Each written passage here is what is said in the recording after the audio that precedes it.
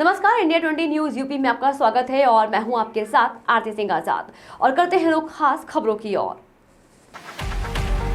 उप मुख्यमंत्री केशव प्रसाद मौर्य आज झांसी पहुंचे, जहां उन्होंने सर्किट हाउस में विभागीय अधिकारियों के साथ समीक्षा बैठक की। इसके बाद बुंदेलखंड कांवड़ यात्रा कार्यक्रम में शामिल हुए। शाम 4 बजे सुदर्शन गार्डन में भाजपा के प्रशिक्षण वर्ग कार्यक्रम में हिस्सा लिया। सर्किट हाउस में पत्रकारों से रूबरू होते हुए डिप्टी सीएम केशव प्रसाद मौर्य ने सपा पर जमकर हमला बोला। अखिलेश यादव पर सीधा निशाना साधते हुए बोले कि विरासत में मुख्यमंत्री की कुर्सी मिल सकती है, लेकिन बुद्धि नहीं। सपा अब समाप्तवादी पार्टी होने वाली है। इसके साथ ही अखिलेश की चांद मुबारक टिप्पणी को तुष्टीकरण की राजनीति बताया। यही नहीं, अखिलेश को सत्ता का लालची बताते हुए जनता ने उन्हें सत्ता से बेदखल कर दिया है, इसलिए वह सत्ता के लिए बेचैन है, जबकि देश व प्रदेश में 2047 तक बीजेपी की सरकार रहेगी।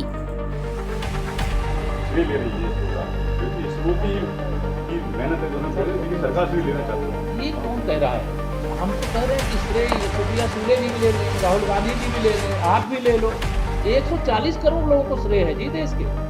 आज चारों तरफ पूरे देश में आप देख रहे थे, क्या मंदिर, क्या मस्जिद, क्या गुरुद्वारा, सभी स्थानों पे लोग प्रार्थना कर रहे थे कि चंद्रयान हमारा जो 3 है वो सफलतापूर्वक लैंड कर जाए और दुनिया के हर देश को पछाड़ दिया। गौरव की गाँव को आप स्मार्ट गाँव बनाना चाहते हैं, लेकिन ग्रामीण अंचलों में आज भी देखने को मिलता है जो सफाई कर्मी तैनात है वो नहीं जाते हैं। बरसात में आपको निकलना मुश्किल है।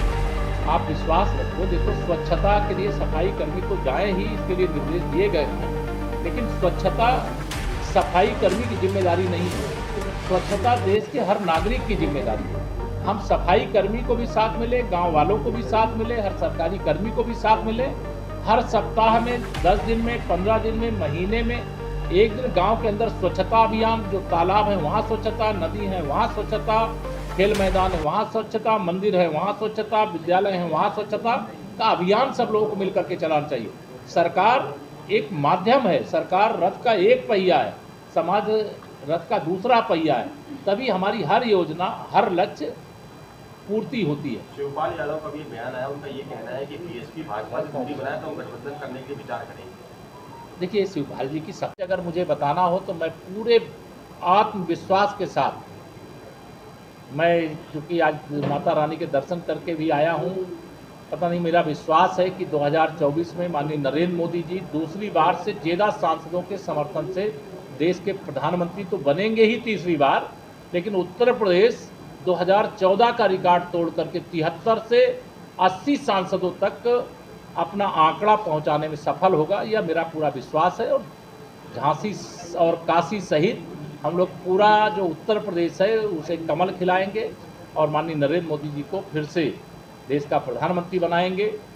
हम यह मानते हैं कि उत्तर प्रदेश के अंदर भारतीय जनता पार्टी के प्रति समर्थन लगातार बढ़ रहा है।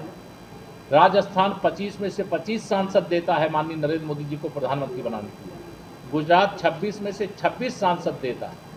उत्तराखंड, हिमाचल 100% देता है। और भी कई राज्य हैं जो अपना 100% लोकसभा में भारतीय जनता पार्टी को माननीय नरेंद्र मोदी जी के नेतृत्व में सरकार बनाने के लिए अपना समर्थन देते हैं। मुझे 2024 में ऐतिहासिक सफलता का विश्वास है, इसलिए तीसरी बार मोदी सरकार फिर बनेगी, ऐसा भरोसा।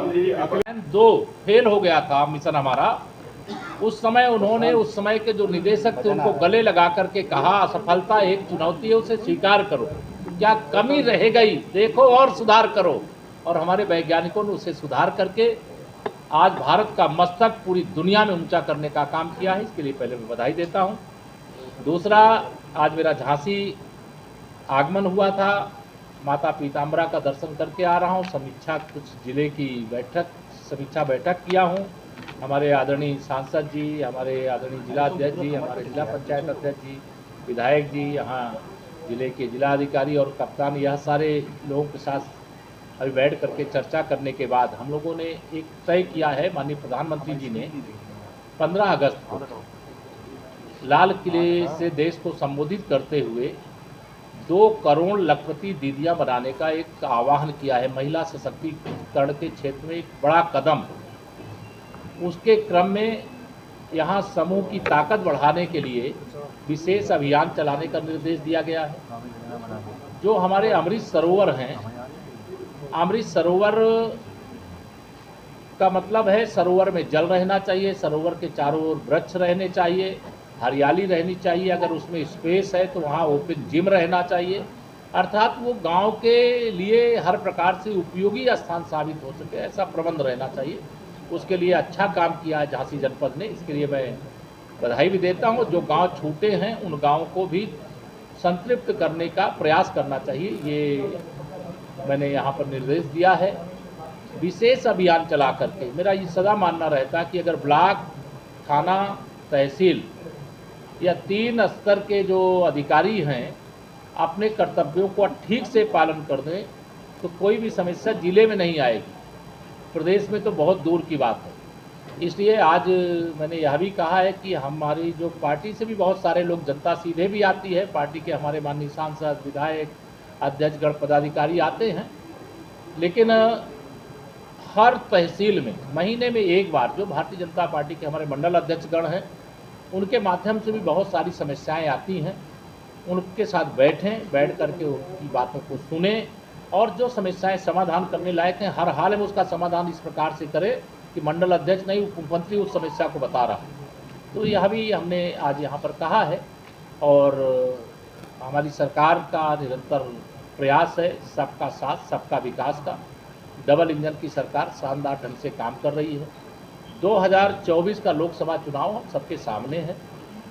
भ्रष्टाचार भारत छोड़ो, परिवारवाद भारत छोड़ो, यह माननीय प्रधानमंत्री जी बहुत पहले कह चुके हैं। देखिए, मेरा आप लोगों को भी आह्वान है, निवेदन है कि ऐसी चीज़ों को प्रमोट मत करो।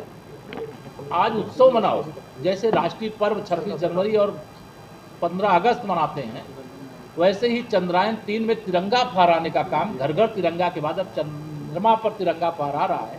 भारत के वैज्ञानिकों की तपस्या सफल हुई है, इसमें कोई मीन मेख ना निकाले, ऐसी मैं आपसे अपील करता हूँ। अखिलेश यादव जी को भगवान सद्बुद्धि दे। मैं कई बार कह चुका हूँ, उनको विरासत में मुख्यमंत्री की कुर्सी मिल सकती है, सपा की अध्यक्षी मिल सकती है, बुद्धि नहीं मिल सकती। अखिलेश यादव अभी दिल्ली पहुंचे हैं, विपक्ष की पूरी मीटिंग ले रहे हैं, सारे लोग मौजूद हैं, कैसे देखते हैं आप?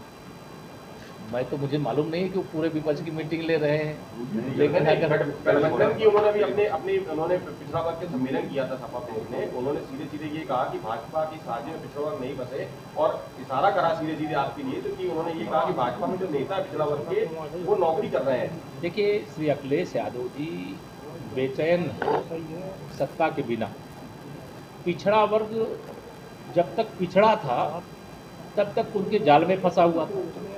अब पिछड़ा वर्ग जाग गया और पिछड़ा वर्ग सपा के जाल में अब फंसने वाला नहीं है। सपा जो है सफा होने वाली है, सपा समाप्तवादी पार्टी होने वाली है, सपा केवल सैफई वाली पार्टी होने वाली है। आप ये मान करके चलो, भारतीय जनता पार्टी ही वर्तमान है, भारतीय जनता पार्टी ही भविष्य है।